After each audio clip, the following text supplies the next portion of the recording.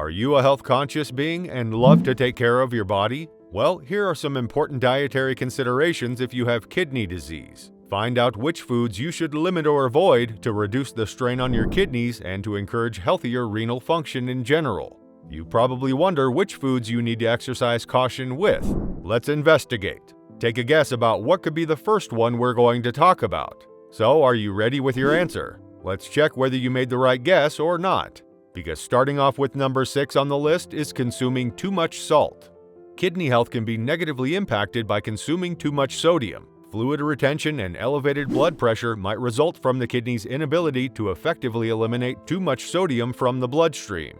The kidneys are put under stress, which may aggravate their condition. Thus, it is essential to reduce sodium intake, especially for those with damaged kidneys. Did you know that processed foods are one of the main dietary contributors of elevated sodium levels? As a preservative, processed meats like sausages, hot dogs, bacon, and deli meats frequently contain a lot of sodium. The high sodium level in canned soups, sauces, and ready-to-eat meals is another well-known problem. Fast food items like pizzas, fries, and hamburgers are frequently high in sodium as well. Like chips, pretzels, and salted almonds, salty snacks should be avoided or eaten in moderation.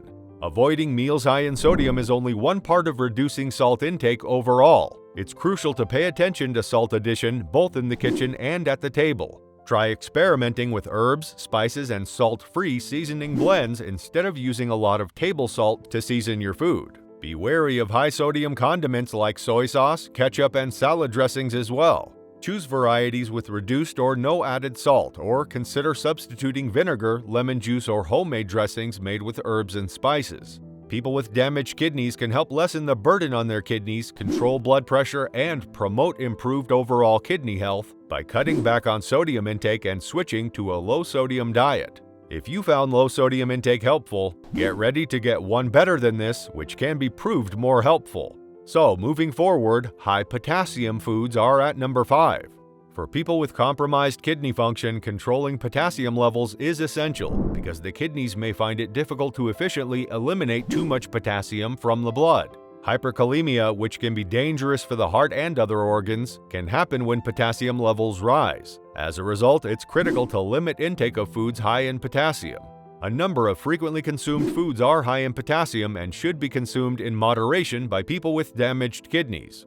Among the foods having a greater potassium concentration include bananas, oranges, potatoes, tomatoes, spinach, avocados, and some legumes like lentils and kidney beans. Although these meals have nutritional value, it is best to limit how often you eat them to prevent potassium accumulation. Understanding portion sizes and balancing total intake are key to limiting high potassium foods. Portion control and adding additional low potassium foods to the diet can help with this. For instance, instead of eating a full banana, go for a smaller portion or a fruit with less potassium, like berries or apples. Similar to this, choosing lower potassium veggies like cucumbers, cauliflower, or green beans can be advantageous. Additionally, do you know what else you can do to keep yourself healthy? It is extremely simple.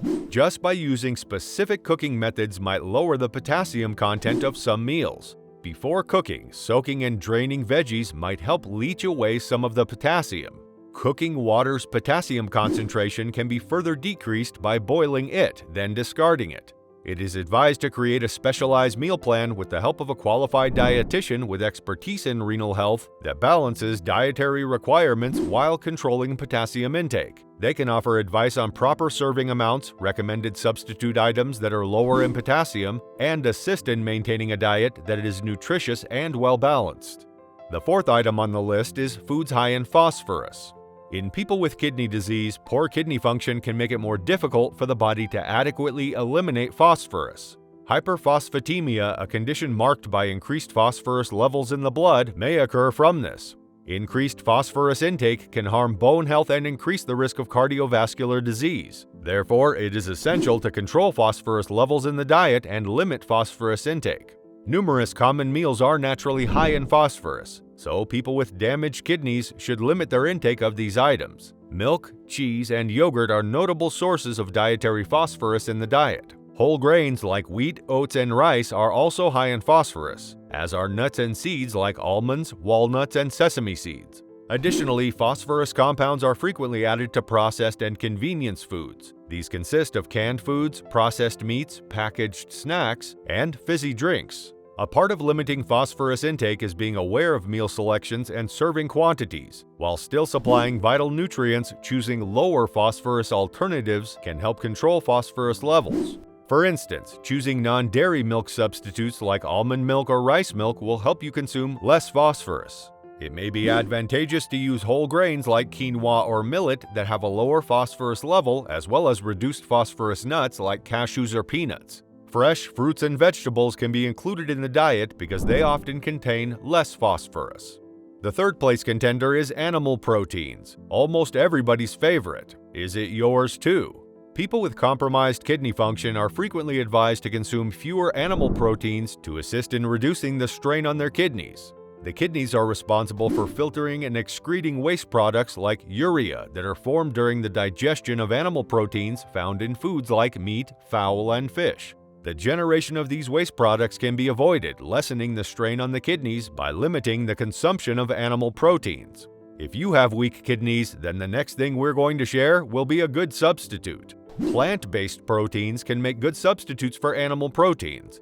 A variety of vital nutrients are available from plant-based sources such as beans, lentils, tofu, and tempeh without the kidneys having to deal with the same amount of protein waste. These plant-based proteins are beneficial for kidney health since they frequently contain less phosphorus and may be simpler to digest. Beans and lentils are extremely nutrient-dense foods because they are abundant in protein, fiber, and a variety of minerals. Versatile plant-based proteins that may be used in a variety of cuisines include tofu and tempeh, which are derived from soybeans. High oxalate foods like spinach, beetroot, etc. are listed second. Limiting the intake of foods high in oxalates may be required for people who have a history of kidney stones. Certain meals include substances called oxalates, which when combined with calcium in the urine can result in kidney stones. While it's not necessary to totally cut out these foods from the diet, limiting your intake of them can help lower your chance of developing kidney stones. Foods high in oxalate include spinach, rhubarb, beets, chocolate, almonds, and tea, to name a few. Eliminating these items totally may not be practical or necessary because they are frequently consumed and provide a variety of nutritional advantages. However, it's crucial to pay attention to the frequency and size of consumption. Portion control and diet variety are effective ways to reduce the consumption of foods high in oxalate. Smaller servings of spinach or rhubarb can be added to meals rather than consuming excessive amounts of them. To reduce the overall oxalate burden, it is also advantageous to balance high oxalate foods with other lower oxalate choices.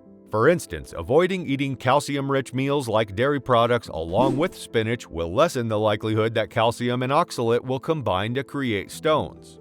Another crucial element in reducing the incidence of kidney stones is hydration. Drinking enough water can assist the urine in becoming more diluted, and the content of oxalates and other stone-forming chemicals can be reduced. People with a history of kidney stones can lower the risk of stone development and promote the health of their kidneys by moderately consuming high oxalate foods, drinking enough water, and eating a balanced diet. Artificial sweeteners are in first place. Concerns have been raised about the potential effects of artificial sweeteners such as aspartame on kidney health. There may be a connection between the use of some artificial sweeteners and a higher risk of kidney injury and deteriorating renal function, according to studies. To maintain kidney function, it is therefore advised to limit or avoid the use of artificial sweeteners. It is advised to use natural sweeteners instead of artificial ones or use sugar in moderation to reduce any potential dangers. For people who are wary of artificial sweeteners, moderate sugar consumption is another alternative. To avoid other harmful effects like an increased risk of obesity, diabetes, and cardiovascular disease, it is crucial to eat sugar in moderation and to pay attention to overall sugar intake.